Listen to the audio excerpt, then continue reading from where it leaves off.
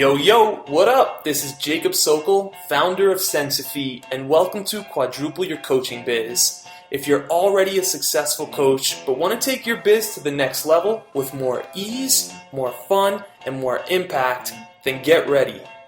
This interview is called How to Enroll Higher Paying Clients, and it's with Christina Berkeley. So a little bit about Christina. She's a life and business coach based in New York. What? And she's a master at creating intimacy. And her popular eye-gazing events have been featured everywhere from the New York Observer to Time Out New York and Yoga City NYC.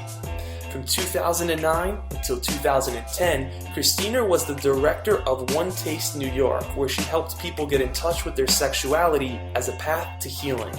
Now you're in for a big treat today as me and Christina go into a bunch of really cool ideas, talking about things from how to enroll 6-month and 1-year clients step by step to how do you coach millionaires and people who inspire/scare you. We'll also go into the fine subtlety of figuring out how to let go of what's currently working so that you can create something even better. Christina, thank you so much for joining us. My pleasure. It's good to be here. Yeah, well, I'm stoked to connect with you and to unpack some of your unique perspective and deep wisdom and set up the space for you to drop some wisdom bombs on us. And so that'll be fun. Yeah. And bring us up to speed. I'm curious, how long have you been coaching at this point? 4-ish years. Yeah. Yeah. That's incredible because you've made some incredible progress in 4.5-ish years. And it's really cool to talk to someone who's so immersed in it and so all in a sense, and to just and to unpack that. So 4.5 years. Wow. So was there a particular year that your business grew exponentially? This year. Okay. That's crazy. How did it happen? Spill the beans. Let's go. Okay, so for 3.5 years, it's just so funny. I'm like jealous of my clients at this point. For 3.5 years, I was kind of like muddling my way through trying to figure it out. Like I didn't have anyone to tell me what to do, so I was sort of figuring it all out on my own. A lot of trial and error, but like just this tenacity, like it's gonna happen. I was charging like $500 a month for 3.5 years, which is not necessary. But I just didn't know what to do. And I ended up with like way too many clients. Eventually it was like, okay, now I have enough clients that I could quit my part-time job and I support myself with coaching. So all these like, that felt good.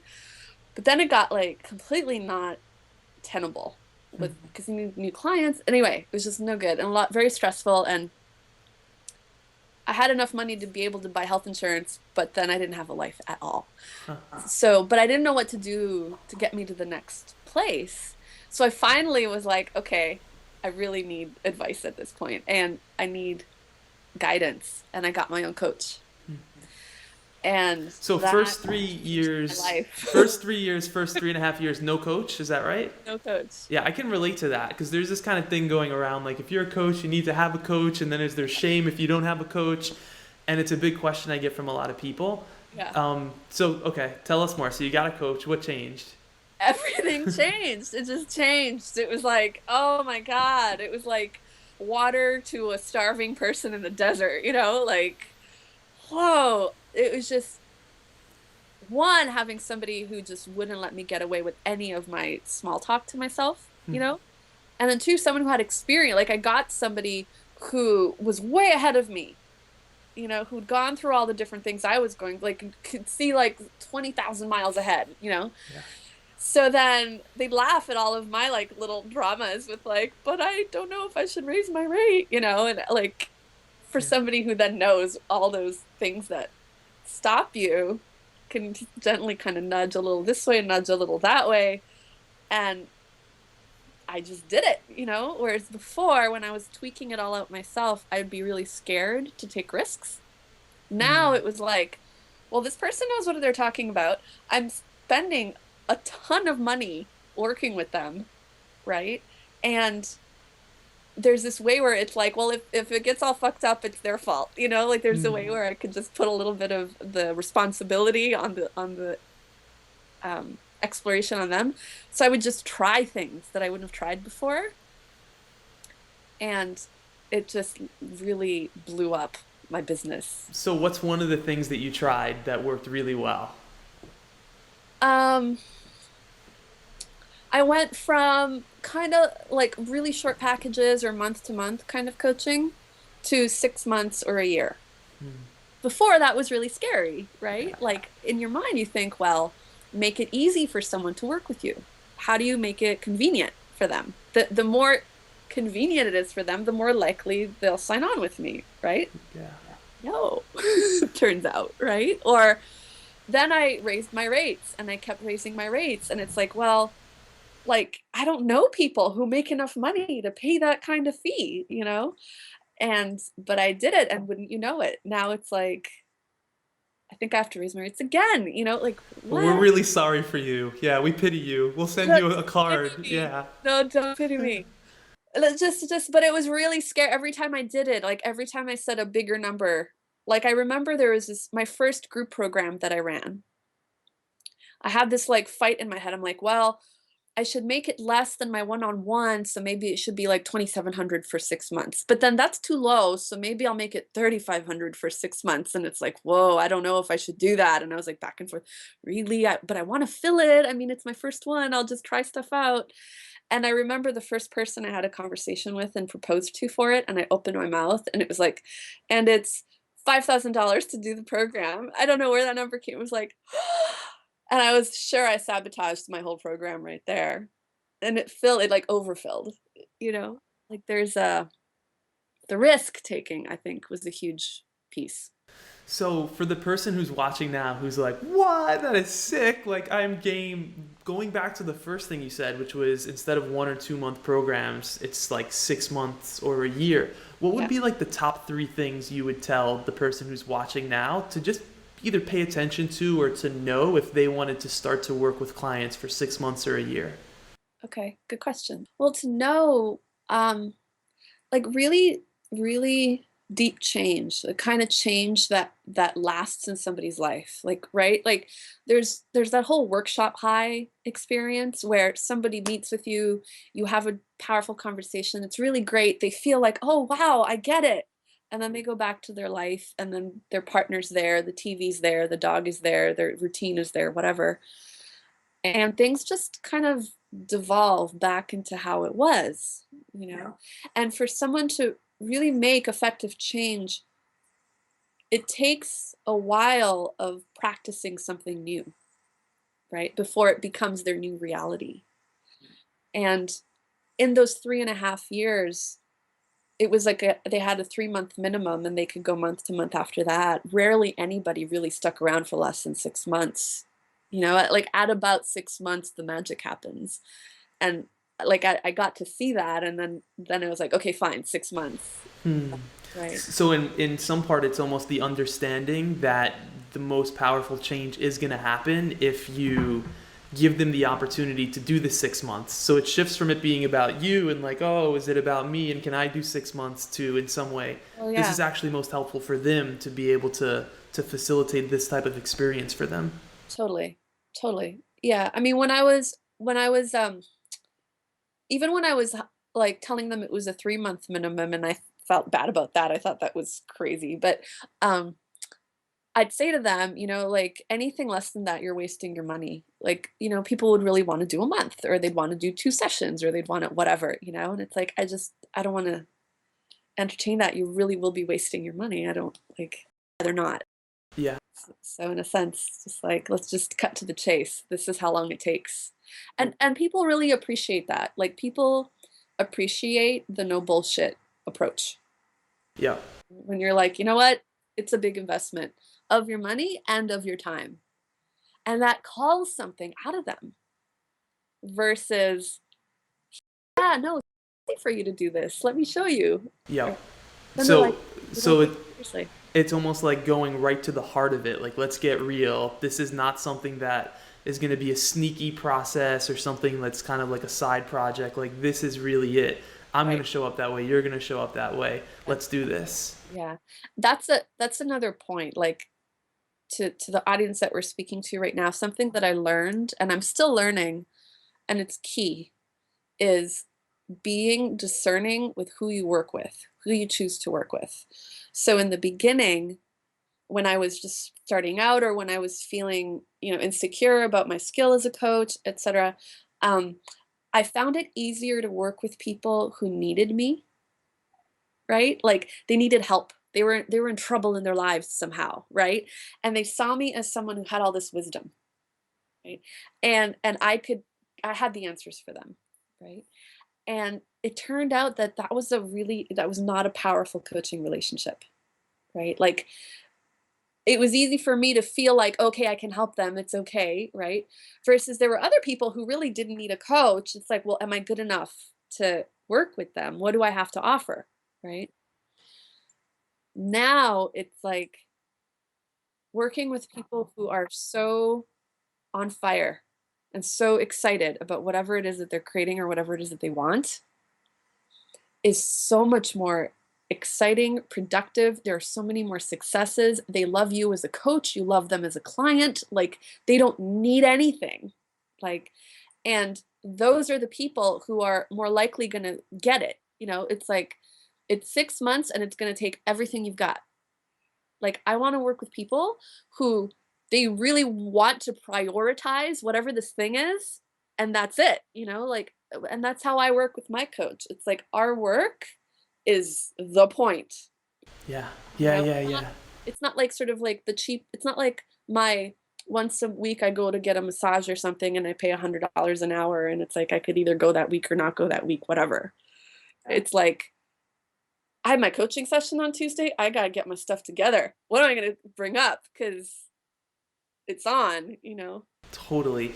And it's like two creators meeting opposed to like one person who's going to rescue or fix the other person. There's this exponential power of you guys coming together to go above and beyond. And before we go too far down that road, let me bring it back a little bit. And I want to go back to the person who's watching right now because I feel like there's a huge opportunity for us to shift from short programs to really stepping into like a 6 month or a year program.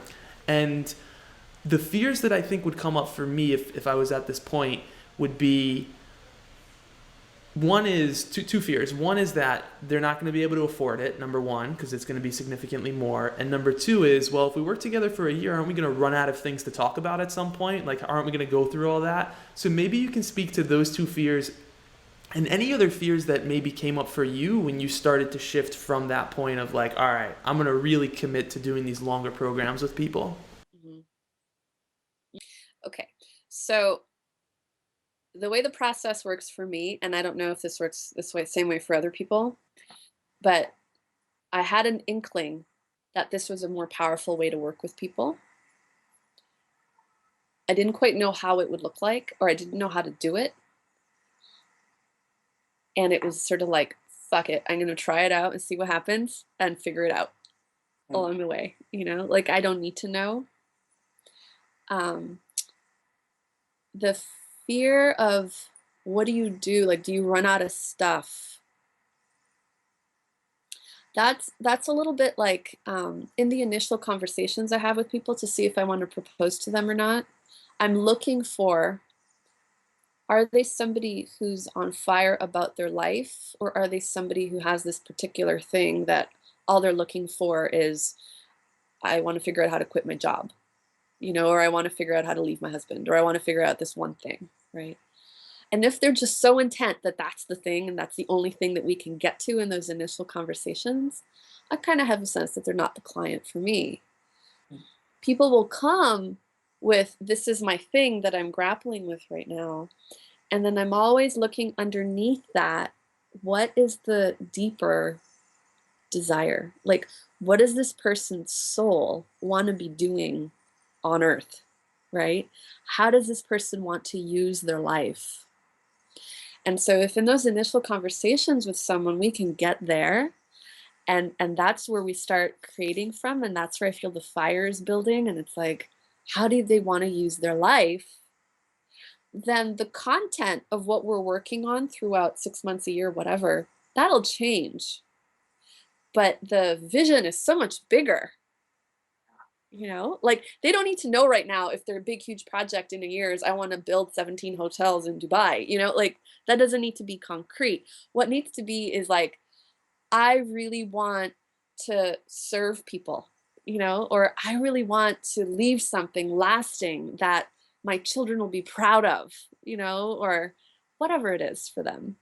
Yeah. Like if that's there, it's forever. It's like I know for me, and I trust it because I know that for me, I want to have a coach for the rest of my life. Like as long as I want to be productive and active in creation, I want to have a coach by my side. Got it. Yeah.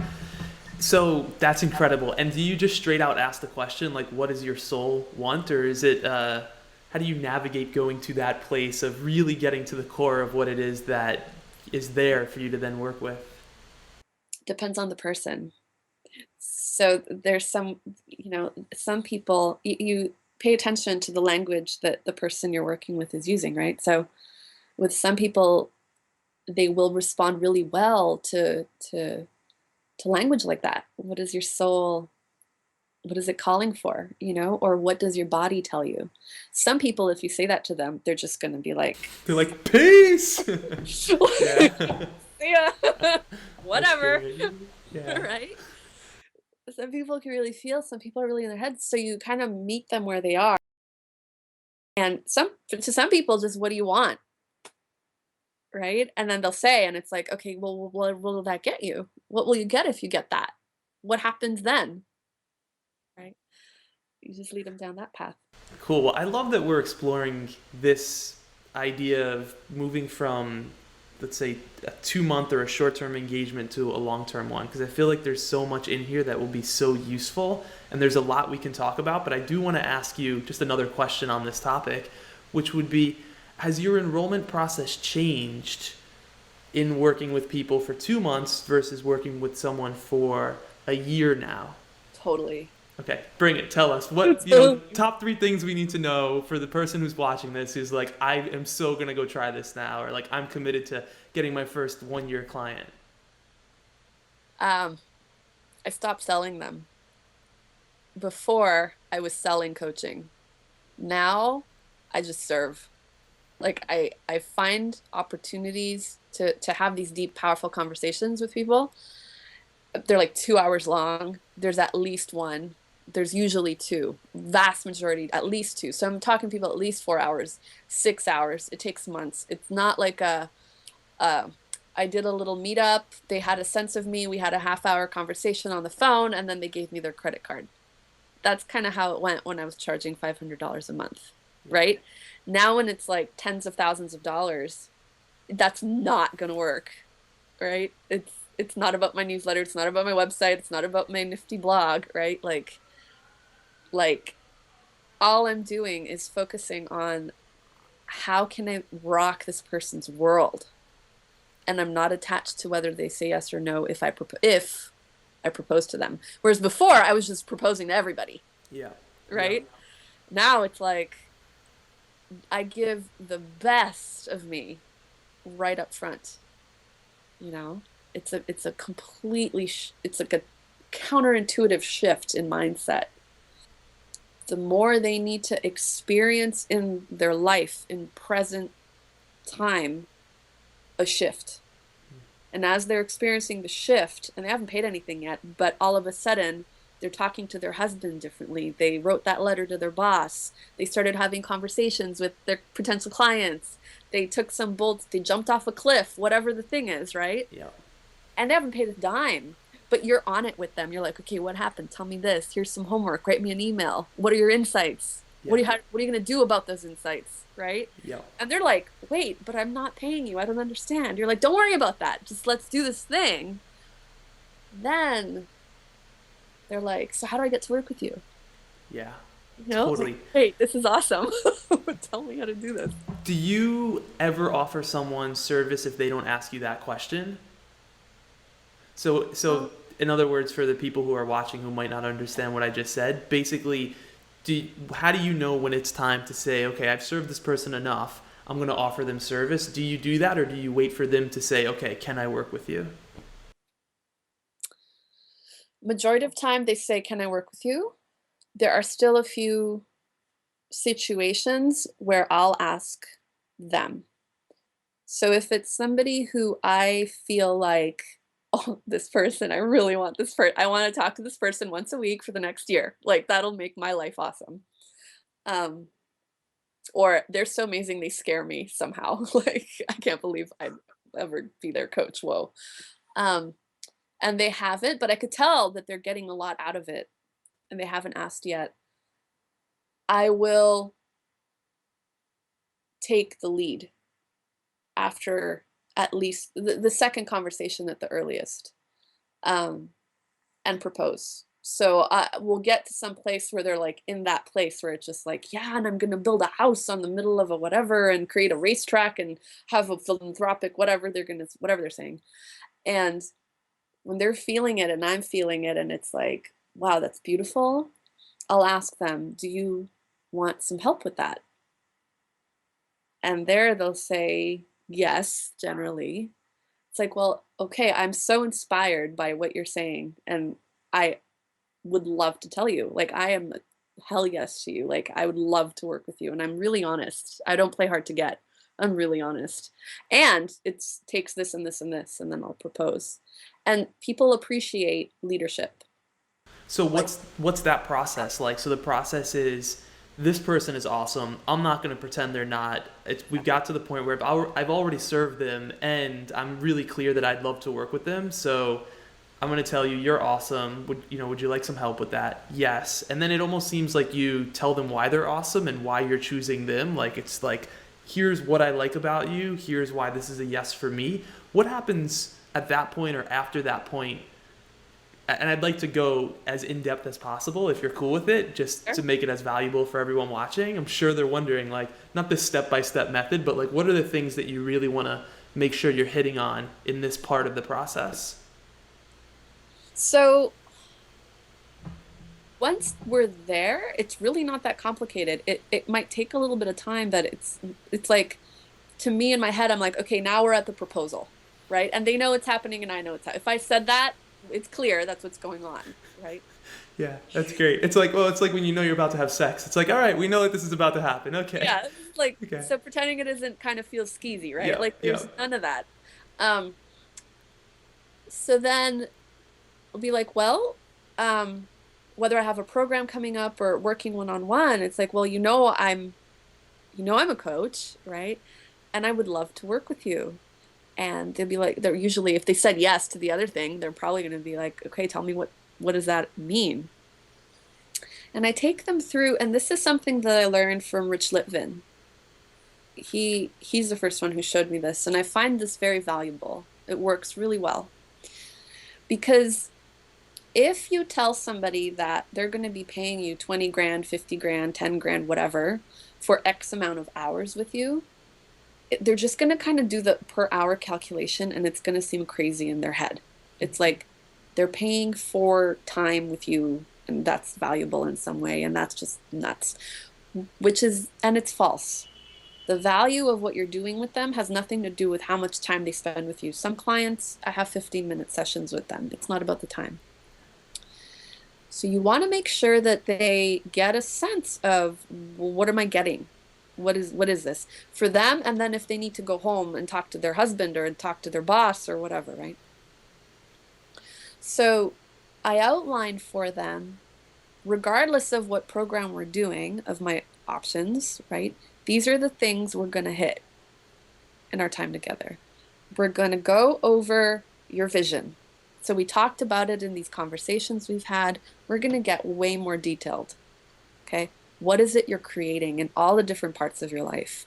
What are you building? What is this beautiful thing in all the different rainbow colors of it? Right? What's the mission? What's this? We're going to suss that up. Maybe you'll be making vision boards. Maybe you'll be writing lists. Maybe who knows what it is for you. And I'll specifically mention what they've mentioned there. Then we're going to talk about strategy, right? So we got the big picture. We're going to take it down to the detailed every day. I'm going to wake up in the morning. You're going to wake up. You know what you're doing.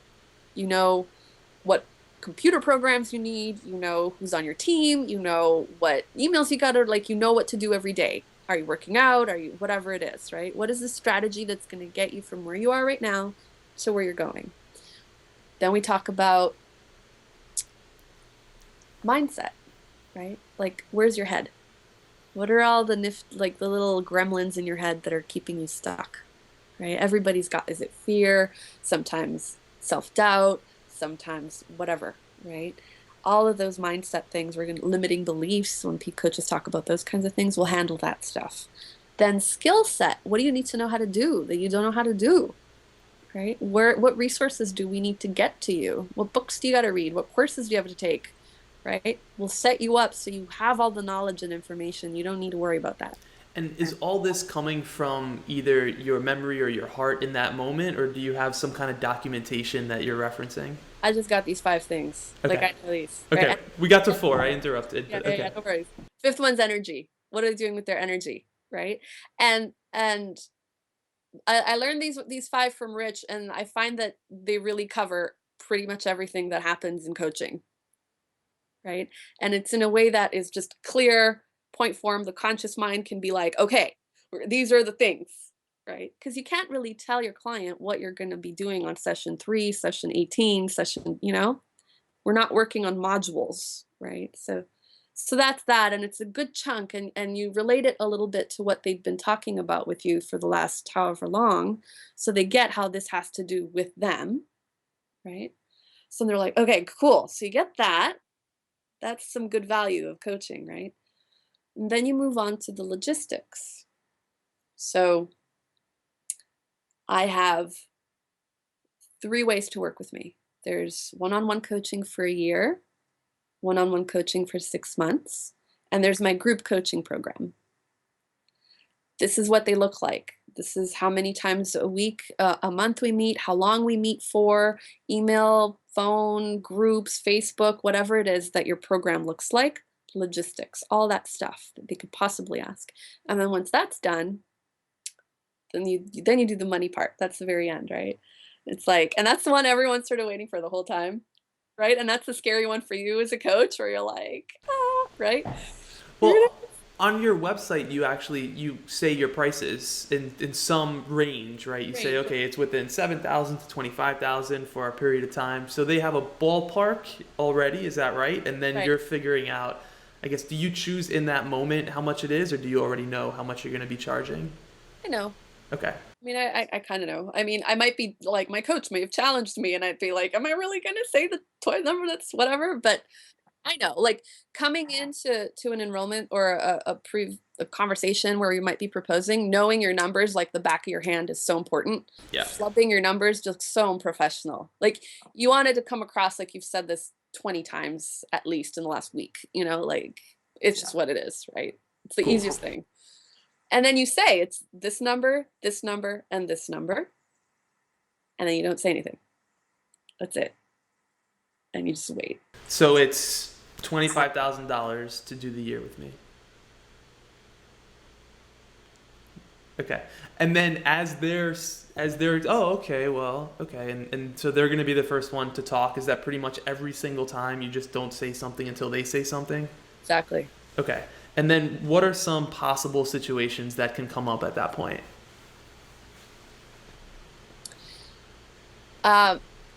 So they can say, great, here's my credit card. Right, how do I get that to you? That's nice. Yeah, that's a fun one. Like, do you want to check? What, like, I've figured out, what do you do with I've had to figure out, what do you do with larger amounts of money? Because if they pay you with a credit card, that's crazy fees, right? So what do you do? Check, or some kind of transferring thing from bank to bank, depending on currencies, etc. Like that. Got it. Works a lot. If they have to do credit card, then they'll have to pay that fee, whatever that 3.5% will be added. Got it. They're great. That's like if for over $5,000. If it's under 5, I'll just take it, But if it's over 5, it's a lot. Anyway, so they could say that. They could say, "Wow, that's just, I can't do that." It's like, I really would love working with you, but that's just not going to work with me right now, and I'll call you in January or something. Like, that's way outside my range. Wow. I mean, they shouldn't get there because it's already on the website. They should know ish what it is, right? But so it's okay. So when you hear that, it's like, all right. So you take it off the table, right? There isn't, or they're like, I don't know, maybe I had to think about it. You take it off the table. So you don't leave it where it's kind of this murky, maybe let me get back to you. Never let anyone get back to you. That I learned that. It's just that just flips the leadership. Like that just everything gets murky and foggy and not clear there. If some So let me ask you, and yeah, remember what you're gonna say right now? yeah. Okay. So how do you balance the never let anyone get back to you with not pressuring them into doing something? If they don't know, then right there I'll pull out my phone. Okay. So I get that you need to think about this and go back home and figure out your money and etc. How long is enough for you? 3 days? You know, can let's talk on Friday. How's that? Yeah. Right? Or and if you see them, we're like, okay, a week at the most, right? You don't want this like long forever sort of thing, right? I'll email you. No. It's like, let's set up a call in 3 days and see where we're at, right? You'll give me a yes or no by then. And I always leave it open in my mind, like, do I want to really work with this person? And if I do, I might just spend that next call serving them, not even like forget the proposal. Maybe we won't even get there. Like, just keep coaching if I Yeah. really want to build this relationship. Right. So Yeah. cool. So cool. Awesome. Well, I officially don't have another question prepared. I'm not looking at my sheet because I'm so engaged in the current train of thought. Great. So, anything else you want to say on this while I regain my composure and figure out where to take our conversation?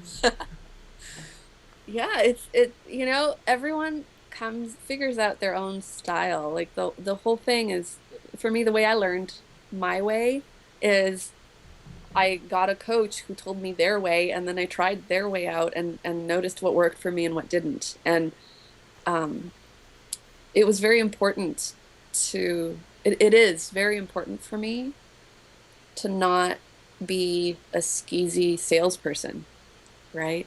Because when I feel like I'm trying to get one over on somebody, like I'm somehow trying to manipulate them into giving me something that they don't want to give me or whatever, um, I'm nowhere near as effective as a coach, and I feel awful. Like I just feel, what am I doing? So where's the line between that and like someone they're like, okay, I really want to do this. This is Yeah, awesome, but it's really tough for me. I can't say that this is a hell yes for me right now because, financially or whatever reason they give you. yeah. So will you coach them or just slow down enough to explore what's coming up for them and coach them through some of their fears at that point? I've never coached anyone through their fears about money. Um,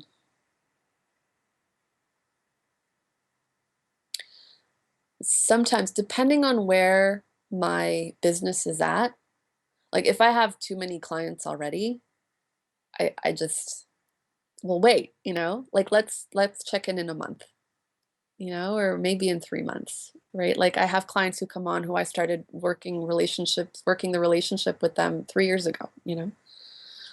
So they'll be on my radar, and then I'll continue to serve them as I have time in pockets and they come into my mind, right?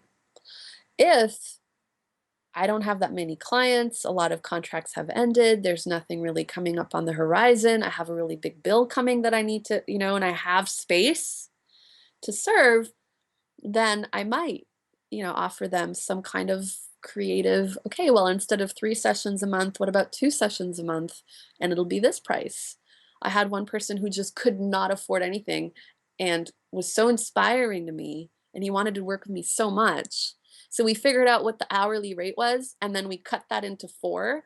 And so then he paid me per month, every month he'd pay me whatever an hour was, and then we'd have 4 15-minute sessions, Hmm. right? Like we worked it out. So But cool. can I say something I was saying previously? Yeah.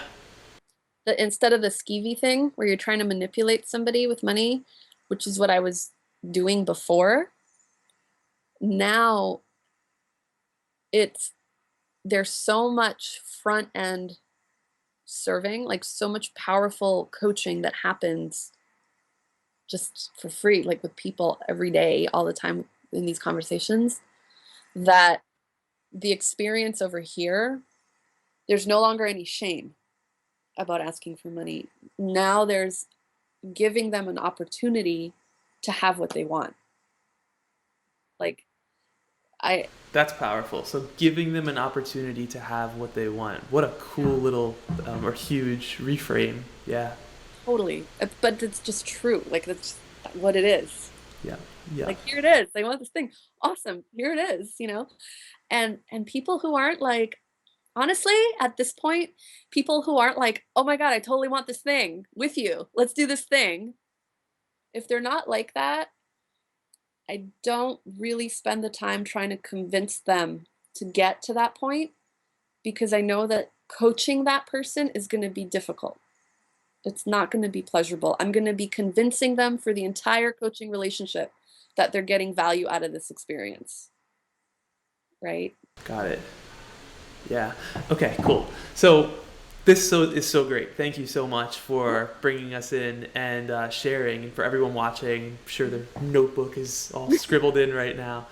So I read on your website that at this point you've coached millionaires. What the hell was that like to coach, do coaching with a millionaire the first time? What was coming up for you? What what was the fear? What got in your way? What was the excitement? For people who are watching who are like, I'd love to coach a millionaire or someone kind of like at some arbitrary status marker.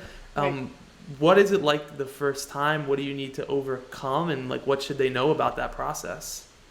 I mean, for me, it was like, I'm not good enough. What am I doing here? I'm such a fraud. Like, they're going to find me out. Oh my God. Right. Yeah. It was just, whatever that meant, like, whether it's the millionaire or some other person that is just like, whoa, I'm in a room with so and so right now. Right. Yeah. Yeah. So that's happening. Yeah. But I've learned through my own process and learning over time that nervous feeling, well, one, there's the little naggy voices, and it's just like, just thank you, I hear you, I'll talk to you in an hour, right? I don't need. So hearing the voice that's there, kind of accepting it and saying, all right, like, enough. thank you for coming, but like, we're all good here right now. Yeah, we'll check back in later. Yeah. Right. So there's the story that I don't buy in. Like, I just don't let it stop me. I decided at some point that if I hear a story like that in my head, it's interesting, it's cool. Hey, you're my buddy, but not right now.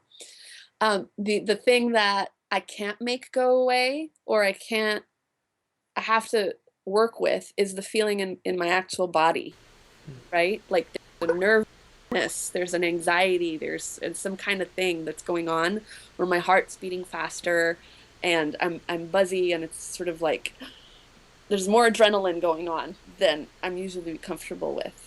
So what I've learned to do is recognize that nervous feeling is, for me, is the same thing as being turned on, right? It's the same thing as being really excited about something. So when I want a workshop, an intensive, a coaching session, a speaking gig, something to really go off and pop with energy and truth and my greatest power, my greatest expression, I know that I have to feel that nervousness right before. If I don't, I have to do something to get myself there. Like, I engage the people around me to freak me out somehow. Or I need somehow to get the challenge to be bigger so that it freaks me out a little bit, so that I'm on that edge, perched, where I'm in optimal performance. Yeah. So when I feel that nervousness, when I'm about to go talk to that millionaire or whoever, I use it. It's like, okay, right?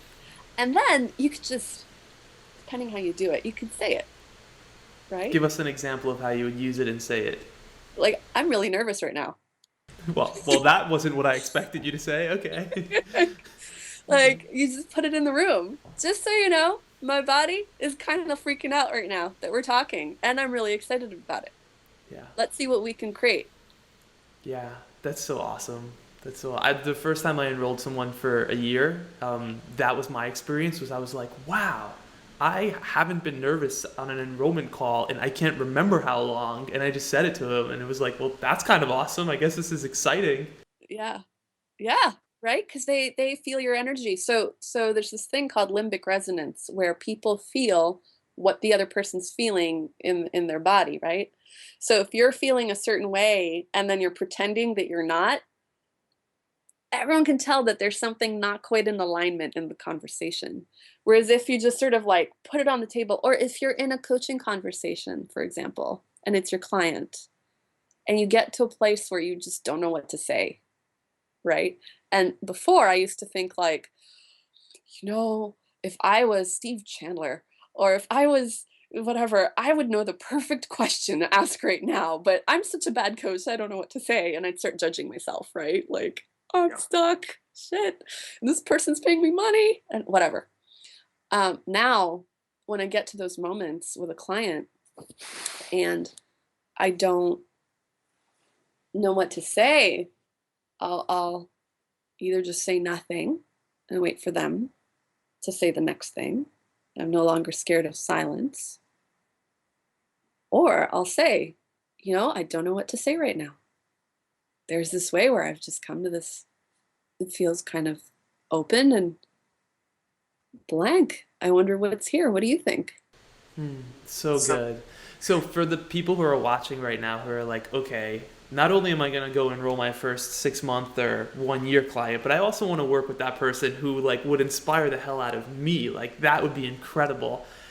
We're kind of getting a sense of using that excitement as a force for channeling or just potential. And then also any of the inner critic stuff that comes up, just shelve it. What else would make sense for them to know just about the process of working with someone that kind of feels a little bit out of their league? Anything else come up for you before we go away from this topic? That honestly, there's a saying, the more personal, the more universal. So as soon as you can get deep with that person, like in that conversation, when you can get to sort of the core root experiences of being a human being, what do you want? What are you afraid of? What's going on for you? They're the same things. They just have more zeros on the end, but they're the same things. People don't see me. People don't understand me. I feel isolated and alone. I'm scared about X, Y, and Z, my relationship, this and that. It's the same thing, right? And and people who've achieved a high level of whatever, achievement, who've gotten to the top of their field or etc., people who are leaders, um, it's lonely, right? People are always telling them what they want to hear because people like to ingratiate themselves to their boss or to their, right? Yep. To the celebrity or whatever. So there's a dearth of truth tellers around them. If you can tell them something really true that they potentially haven't heard in a while, they'll appreciate that so much, right? It's the no bullshit method, right? The more no bullshit you are, just say what you see. It's like, wow, you make $700 million a year and you look so bored to me, right? First time I said that to somebody once. $700 million a I year? don't know if he was making, I don't know, 500 million, something like that, some ridiculous amount of money. Um, to me, I mean, it's not ridiculous, it's wonderful. One day Yeah. maybe I'll make that much money, but still like that. And this person was just so bored. Like they were using their money to buy all of this stuff, but they were terribly unhappy, and they were kind of a mean, arrogant person to everyone around them. But I could see how that was just because they were just trying to get at life with money and it wasn't getting them anything. And he's like, and you're really bored, aren't you? And he was so shocked. It was amazing. He got humble in a second and he wasn't used to being humble. Yeah. It was really cool. Incredible. Well, I have two more questions that at this point I know I want to ask you, and they're kind of in a little bit of a different direction. So we'll honor the time. I know we're about 45 minutes in, and we'll aim for an hour. Okay. So, do you set financial goals for your business? No. I Okay. play games. Okay, tell me about the games you play that relate to financial goals. Well, now I play games.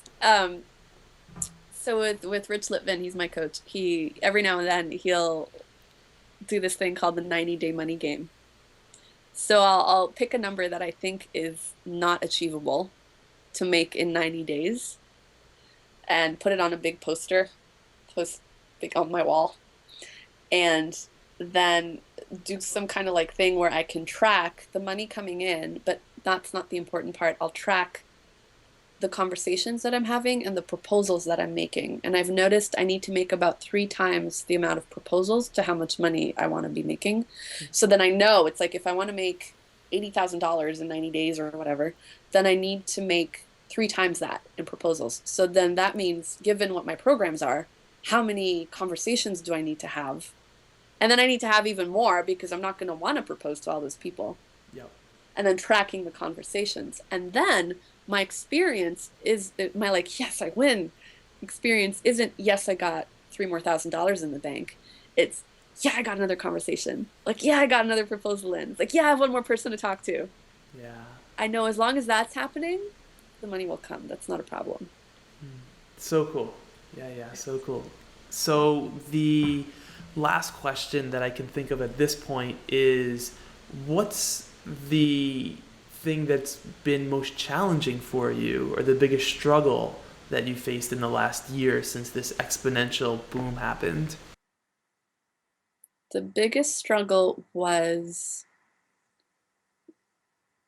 dropping the things that used to get me clients that no longer were getting me clients.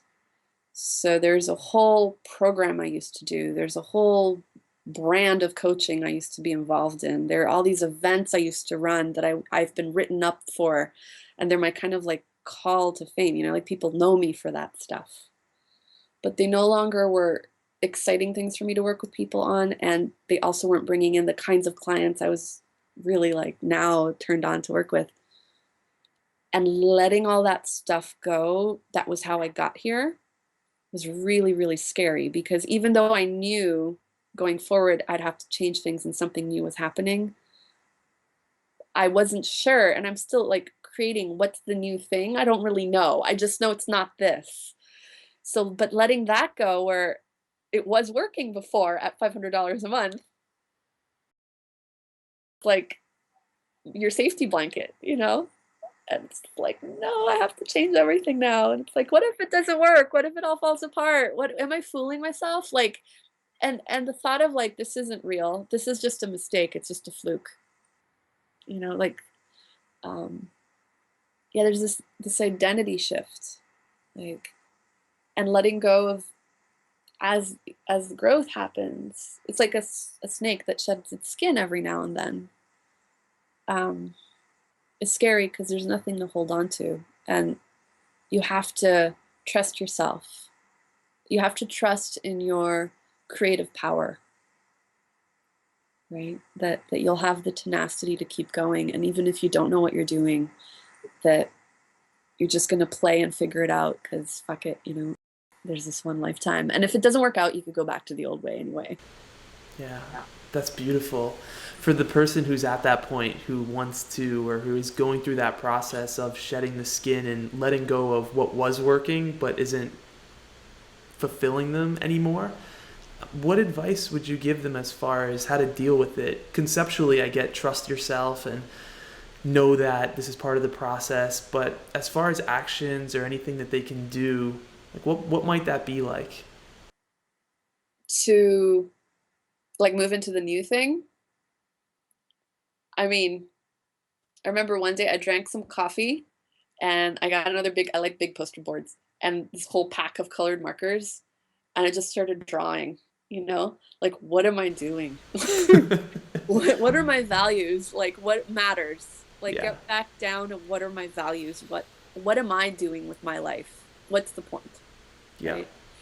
And then it's like, got it all down and made a little mind map, and off the little mind map, then it's like, oh, these are the things that matter. And writing stuff out visually, making pictures of things gets me out of my left brain and in my right brain, and new things start to spin around. And it's like, oh, that's my mission here. That's what I'm doing. Okay, Yeah. great.